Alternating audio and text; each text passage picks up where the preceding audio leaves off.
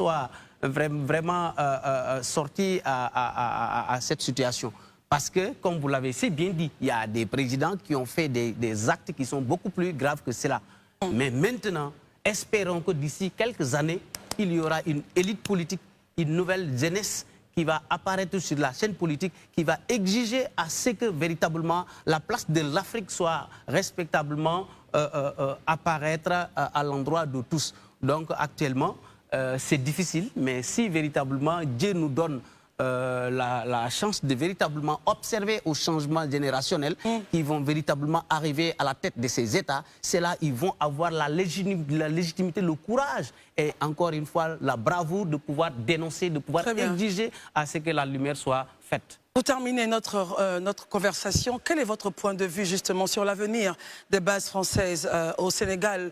Votre président, le président Diomaye Faye, a parlé d'une question de souveraineté. Il n'est plus question d'avoir des bases militaires françaises au Sénégal. Votre point de vue, alors, Monsieur Diack? Vous savez que la présence des bases militaires françaises en Afrique date depuis l'époque coloniale. Donc c'est depuis l'époque coloniale, depuis la colonisation, les Français se sont installés dans nos territoires, dans nos pays, avec leurs bases militaires. Maintenant, la colonisation est terminée.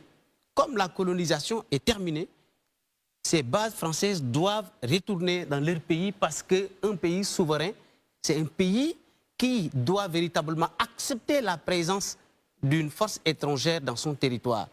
Maintenant, il est important de dire qu'aujourd'hui, le gouvernement sénégalais a une ferme volonté de pouvoir faire de telle sorte que la base militaire française établie au Sénégal va partir.